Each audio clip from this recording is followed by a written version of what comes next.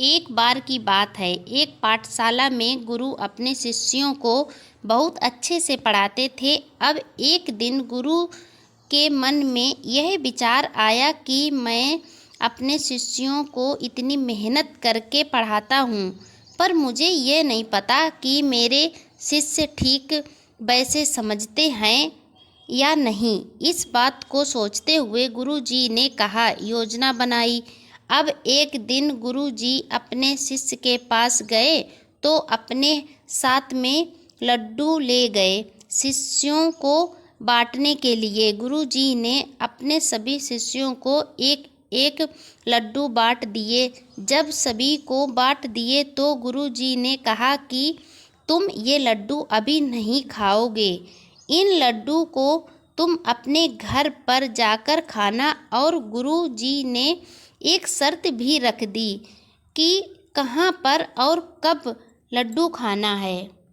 गुरुजी ने शिष्य से कहा, तुम इन लड्डुओं को उस जगह खाना जहाँ से तुम्हें लड्डू खाते हुए कोई देखे ना सके। तुम चोरी से और सबसे छुप कर लड्डू खाना, किसी को भी पता नहीं चलना चाहिए कि तुमने लड्डू खाया है। तुम लड्डू खा रहे हो। अब सब शिष्य हैरान कि आज गुरुजी को यह क्या हो गया, छुप कर चोरी से लड्डू खाने को कह रहे हैं।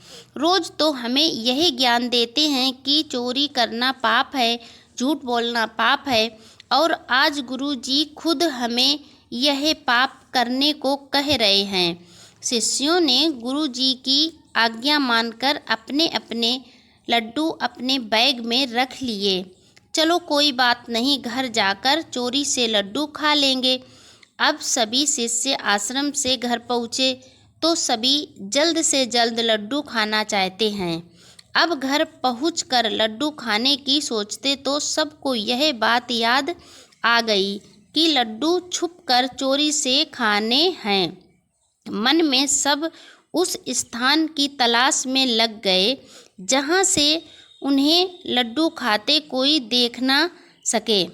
अब सब ने इधर उधर सब से छुपकर चोरी से लड्डू खा लिए।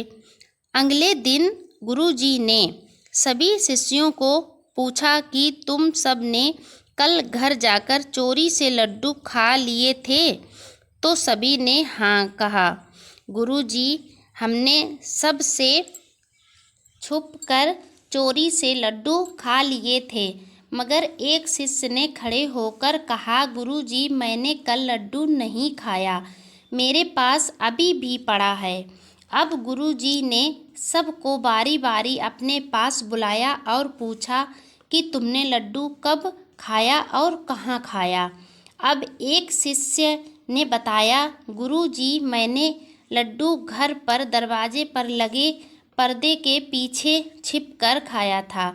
वहाँ से किसी को मैं दिख नहीं रहा था, इसलिए वहाँ पर मैंने सबसे छिपकर चोरी से लड्डू खा लिया था। फिर दूसरे शिष्य ने गुरुजी को बताया, गुरुजी, मैंने घर पर कमरे में लगी चारपाई के नीचे छिप के लड्डू खा लिया था, वहाँ से मुझे कोई देख नहीं सकता था। अब तीसरे शिष्य ने कहा, गुरुजी, मैंने घर पर अलमारी के पीछे छुपकर लड्डू खा लिया था, किसी को पता भी नहीं चला, चोरी से छुपकर मैंने वो चौथे शिष्य ने खा लिया था। गुरुजी को बताया कि मैंने स्टोर घर में सामान के पीछे छुपकर वो लड्डू खाया था, किसी को पता भी नहीं चला था। ऐसे सभी शिष्यों ने बताया कि उन्होंने कैसे और कहाँ छुपकर वो लड्डू खाया था। अब गुरुजी सभी शिष्यों से पूछने के बाद शिष्य से पूछा जिसने कहा था कि गुरुजी, मैंने कल लड्डू नहीं खाया था, वो आज भी मेरी बैग में पड़ा है। अब गुरुजी ने उसे बुलाया और पूछा कि क्या तुमने या तुम्हारे घर में कोई जगह नहीं थी छुपने के लिए जो तुमने लड्डू नहीं खाया। अब उस शिष्य ने कहा, गुरुजी, घर में छिपने के लिए बहुत सी जगह थी, मगर मैं जहाँ भी छुपकर लड्डू खाने की कोशिश करता मुझे 2 आँखें सदैव देखती। वो हर जगह मेरा पीछा करती। मैं जहाँ भी जाता छुपने के लिए, मगर वो हर जगह मेरे साथ ही मेरे पीछे आती और मुझे घूर कर देखती।